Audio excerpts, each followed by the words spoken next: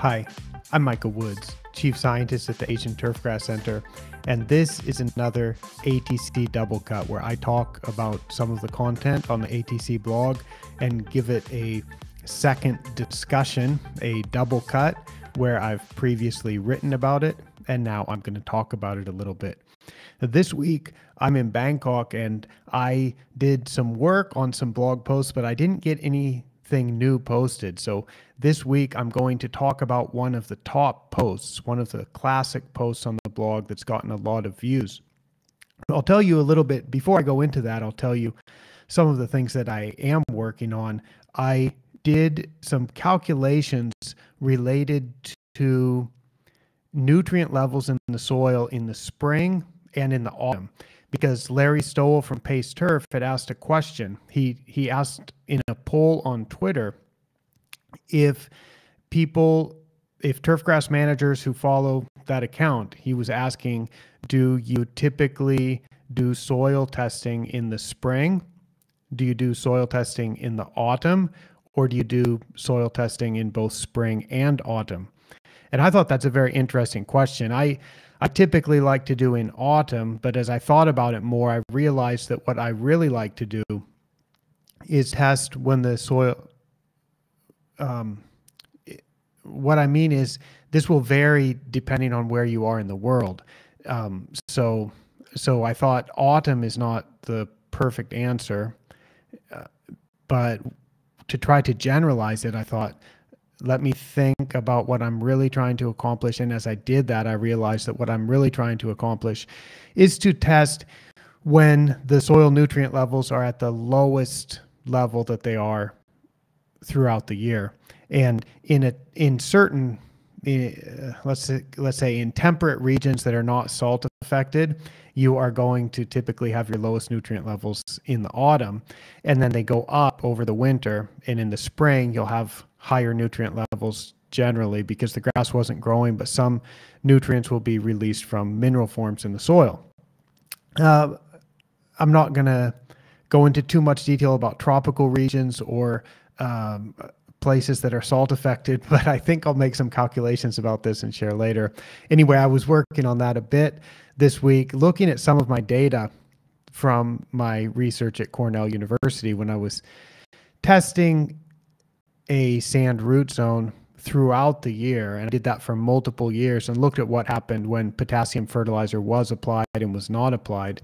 But in addition to doing the soil test for potassium, I also have data for other nutrients. So I looked up on an old hard drive, an old folder from almost 20 years ago, the data from 2002 and 2003 and 2004, and I was looking at that. So that was interesting. But whenever I'm making calculations, usually I want to check them and I have to format the data and think about what I'm doing. So I had other urgent things to do, so I set that aside, and it didn't become a blog post, but it's something that's in progress.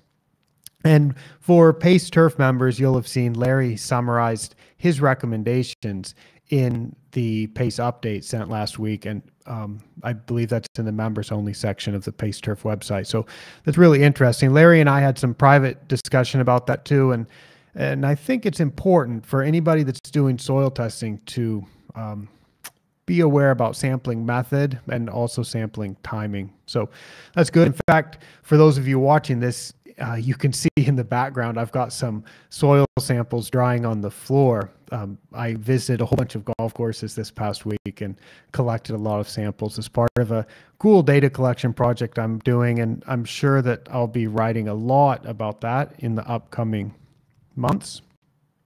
What else did I do? Oh, I wrote an article for my column in Japan. That's the 167th month now that I've submitted an article for Golf Course Seminar magazine. And this month I wrote about Winston Mirmo's research, his master's thesis at Clemson University, which I think is fascinating because it goes against everything that I thought. And so I wrote in that article that I always thought that we can't walk on frosted turf. We can't put any kind of traffic on frosted turf. And in Mirmo's thesis, which is about the effect of autumn potassium and winter traffic on bentgrass turf. And this was done in South Carolina. Anytime the temperatures were below freezing, anytime the temperatures were at freezing or lower, and they did this for 2 winters in a row, they deliberately rolled the turf at 8 a.m. in the morning if the temperature was at freezing or below. And you might be surprised to find out that by spring, as the temperatures warmed in the spring, you couldn't tell a difference. There wasn't a quality difference between the turf that had received that traffic and the turf that did not receive the traffic, the turf that was protected from that traffic. I think that's fascinating to have that research that shows this, and the potassium had no effect, but the rolling did have an effect in terms of it damaged the turf a bit in the winter, putting traffic on turf that is growing slowly and that's frozen. It damages it a bit, but for creeping bentgrass, at least in that particular soil, as the temperatures warmed in the spring, the turf came right back to the same quality as the turf that was not trafficked. This is something that I observed when I was a golf course superintendent in Japan, when I was so opposed at the start of the winter to any traffic being allowed on the turf. And I was contacted by the owner, who told me that no matter what I thought, the golfers were still going to play. And it turned out that although there was a bit of damage, by March, as the temperatures warmed after winter, the turf went right back to the same quality. So it's something that I observed when I was a golf course superintendent. I learned something then. I've written about it on my blog, of course, and some of you will have seen that. Like, I think I've got one, how to lose 120 million yen with frost delays or something like that. Because for golf courses that are a for-profit enterprise, it certainly makes sense to allow golfers to play if they want to pay the money and if they're not causing permanent damage to the turf. So that was interesting. That was an article I wrote, so I got that done. And then I made some more calculations. This one was about something I've mentioned before, about trying to figure out when potassium fertilizer is required, because we might have a situation where the sand, the mineral forms of potassium in the sand, can be released at a rate that's sufficient to supply all that the grass can use.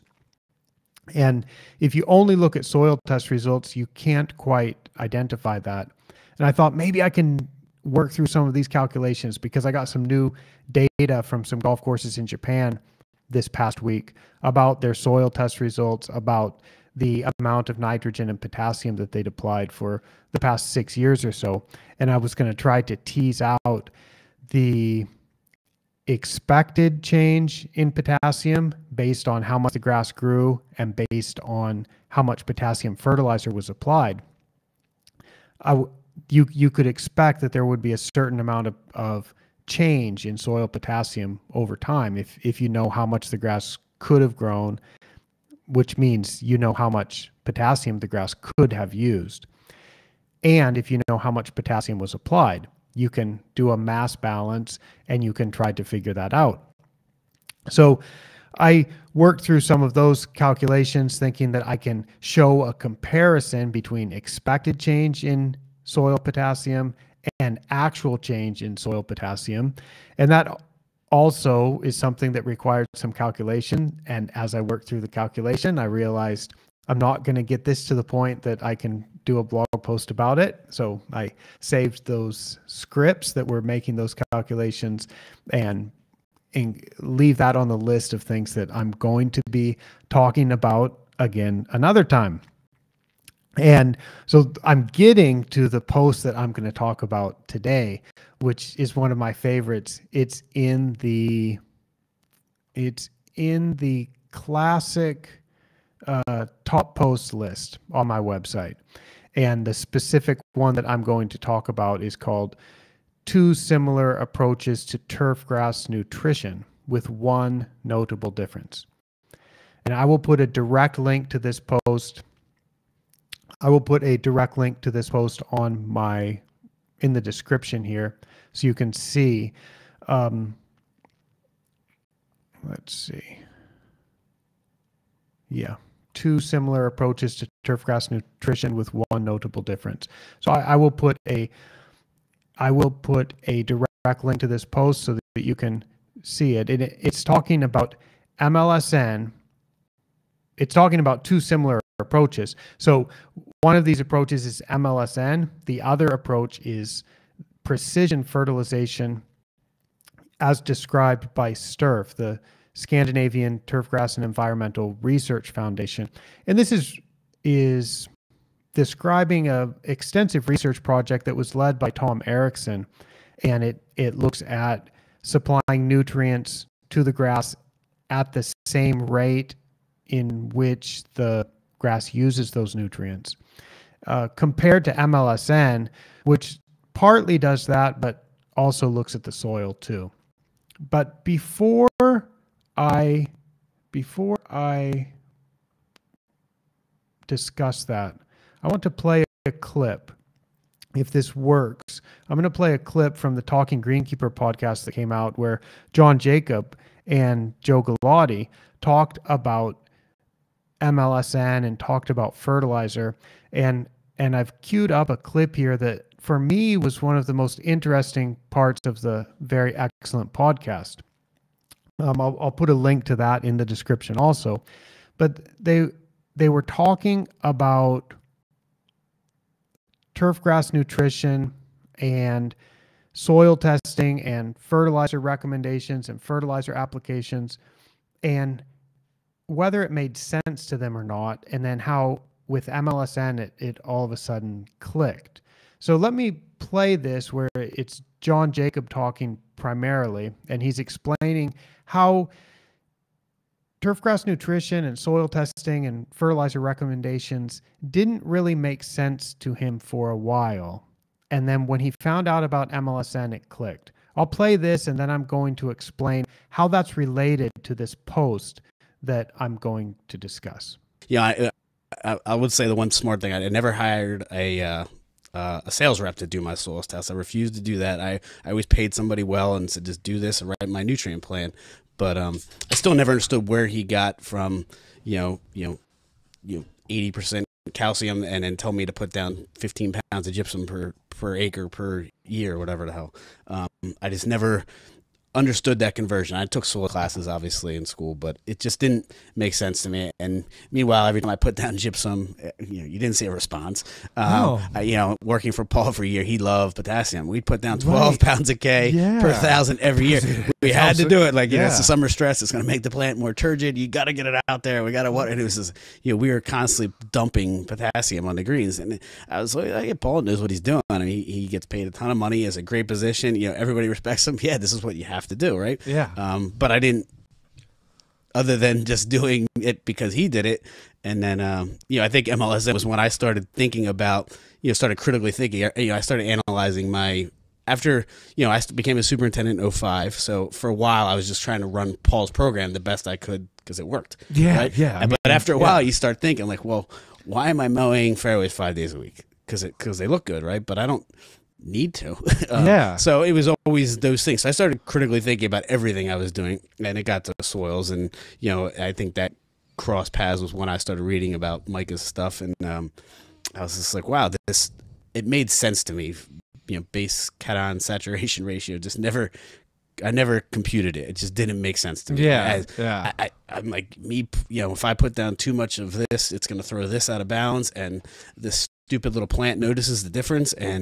But yet I don't see it in how it's performing, and the grass is green still. Like, it just, no matter how much of the other than NP and K, and really even just other than N, I never saw a result. Like, it was just, you were doing it because that's what everybody told you to do, and you relying on the experts that and which is fine. We need to rely on other people in our business, but it never made sense to me. And MLSN, the first time I read the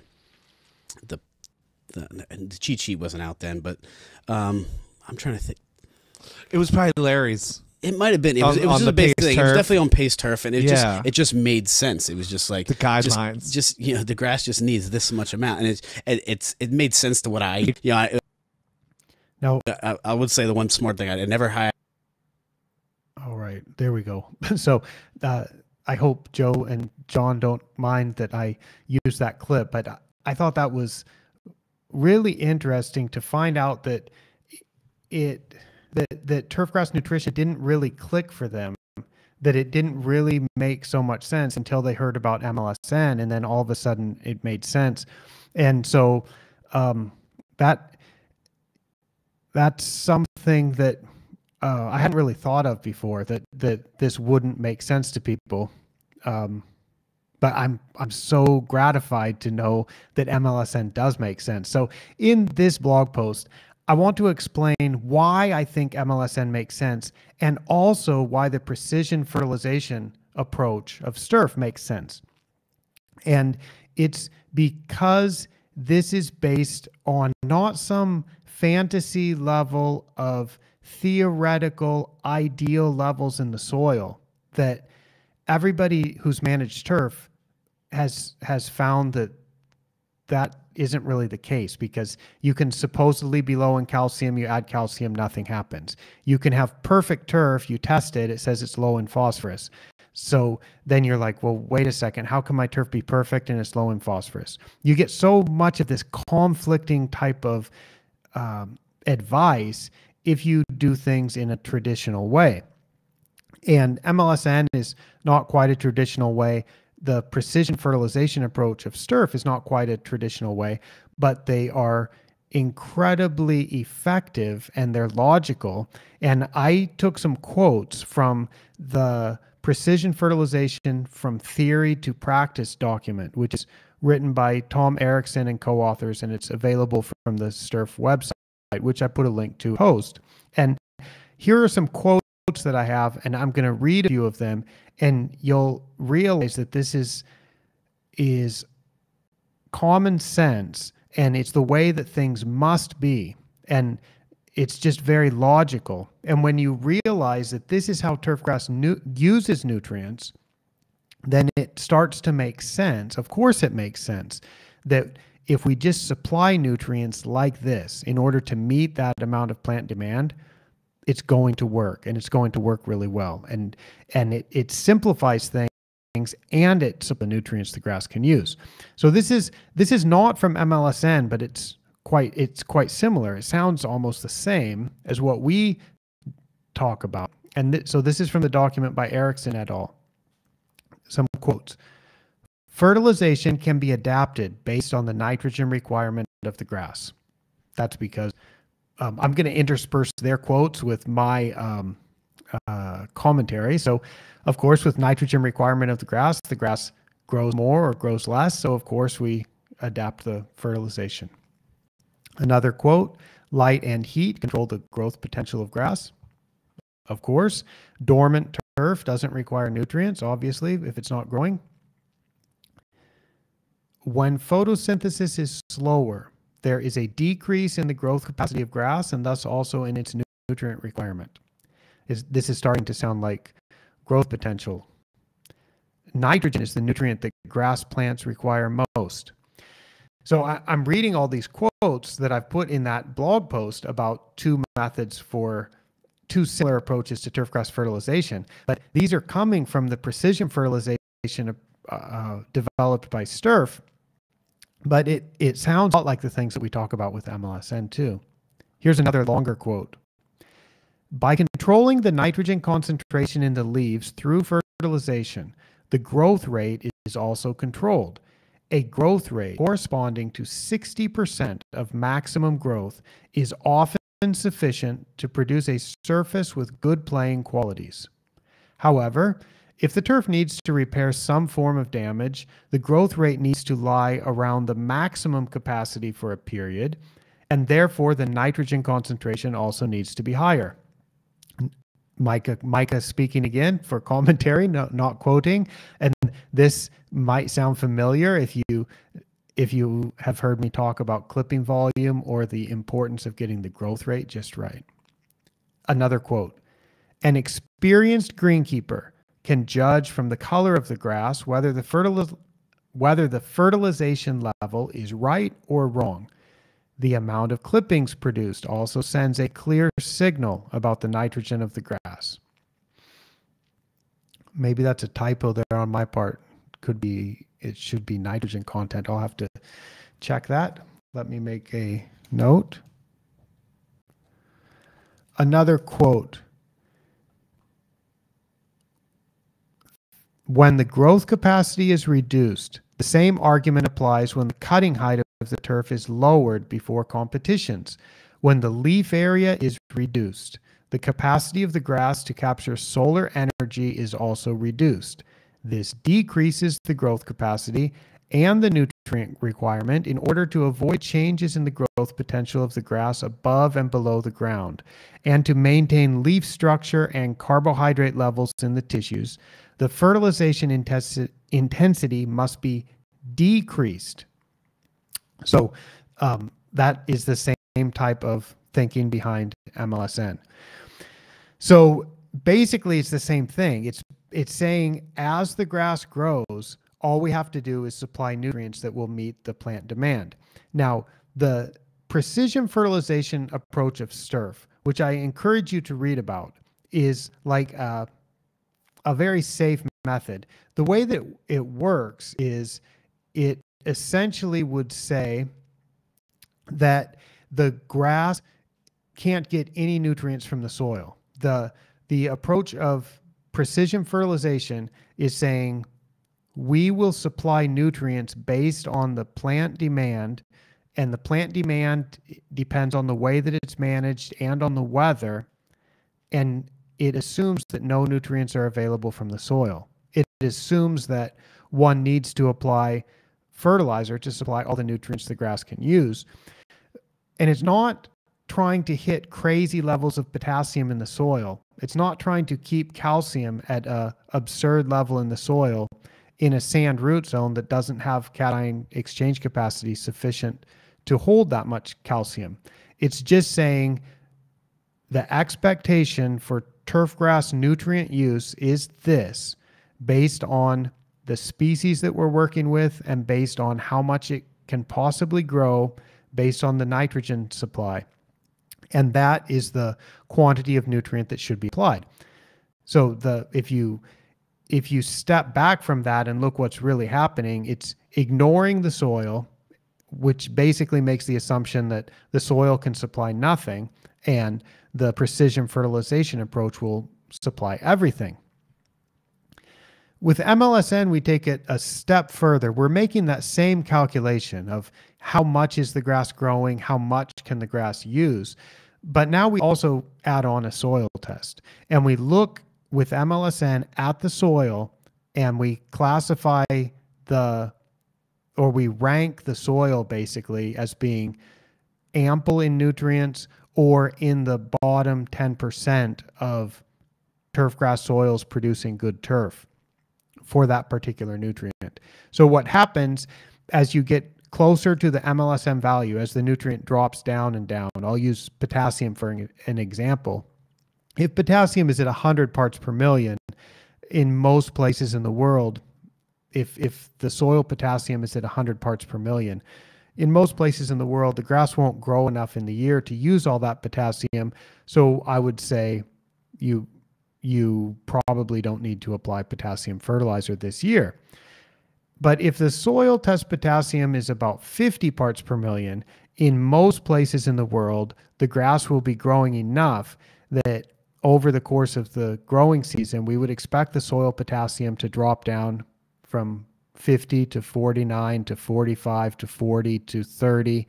And now the soil potassium gets lower and lower. Now it drops below the MLSN minimum for potassium. And what that means is you're in the bottom 10% of turfgrass soils that are producing good turf.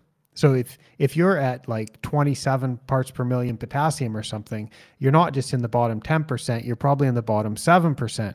It doesn't mean you can't produce good turf with 27 parts per million potassium, but it's quite likely that your turf has a potential to be limited by potassium at that level.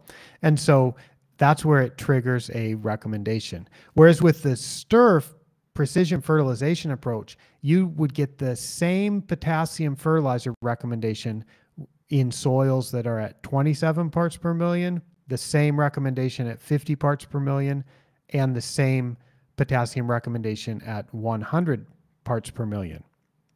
What that recommendation is 100% of potential plant use of potassium. So these are two similar approaches to fertilization, with one big difference being that MLSN looks at what's normal for turfgrass soils today, not what's normal for turfgrass soils in the 1960s or 1970s, not what's normal for lawn soils. It looks for professionally managed turf in low nutrient content root zones, like sports turf, sand-based surfaces that have low cation exchange capacity.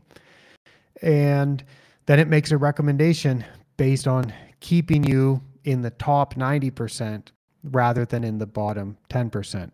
So that's how it works, and it's pretty simple. And instead of trying to hit these numbers in the soil that are often unrealistic, and rather than coming up with recommendations that once you start working through the calculations, they can sometimes be absurd. When you start saying, wait a second, we're going to apply maybe 5 or 10 times more potassium than the grass can possibly use. What benefit is that going to have? Or for calcium, it might be 50 or 100 times more than the grass could possibly use. And of course, if you don't change the cation exchange capacity, you're not going to change the soil calcium levels either. So you end up just putting product that gets leached through, trying to hit some unrealistic targets. And MLSN was designed to fix that. STURF's precision fertilization approach fixes that also, but it could lead to some over-application, but it's a very minor over-application in some cases. So for people who don't like soil testing and they don't like MLSN, I suggest to them as an alternative, just do the precision fertilization approach, which turns out to be supplying 100% of plant use, and you can't possibly go wrong. So I hope this makes sense, and I hope that more and more people, if they have had some confusion about it, like John Jacob and Joe Galati were talking about, if they didn't understand where the recommendations are coming from, and honestly, I don't understand where some of those recommendations that he was getting are coming from either. I don't understand why people have over-applied. I think as an industry, when I was a golf course superintendent, I over-applied. It's what we did. But I've always been interested in this, trying to supply the grass with just what it needs. And that's why I was so lucky to work with Frank Rossi at grad school at Cornell. And Frank was interested in the same topic, and I was interested in this topic, and he had an opportunity for me to study about this. So I was very lucky to be able to study about this. And then working with Larry Stoll and Wendy Galernter from Pace Turf, we came up with the MLSN idea, and we continue working on that. And it's just really cool that it does make sense, that it works on grass all over the world, and that people are making good use of this. So that's one of the classic posts. I hope that you will read that about 2 methods for turfgrass fertilization, and you kind of understand what the difference is, and understand that both of those methods are based on supplying 100% of plant use, except in the case of MLSN, it's based on 100% of plant use. But if we expect that the grass can get that expected use from the soil, if we think the grass can get the nutrients from the soil, that's going to adjust the fertilizer recommendation. So now, instead of recommending that nutrient as fertilizer, we are going to let the grass use the excess nutrients in the soil. So that's how that works. And I have a wealth of information on the website. I think in the last episode I said something like I had 400 posts on the blog to choose from. And if I did say that, it was a mistake. I have over 600 on the Asian Turfgrass website right now. And on the old version of the website, which I'm going to be moving over, there's an additional, I'll move over the best content. There's 500 or 600 more posts over there. So it's pretty cool to be able to look up something that I've already written and be able to share that. And when it comes to the ATC Doublecut show, it's pretty cool for me to not have to do any new posts this week. So I can work on the things that I'm excited about. Like I was saying, those seasonal changes in soil nutrient levels, or the way I'm trying to make a little bit more complicated and more accurate assessment of whether potassium fertilizer is required. So I can work on those kind of things, and I still can do a show and talk about one of my blog posts because I have hundreds of them. So that's me feeling pretty glad about that. So I'll see you next time. I'm Micah Woods from Bangkok, and I thank you for listening. Bye-bye.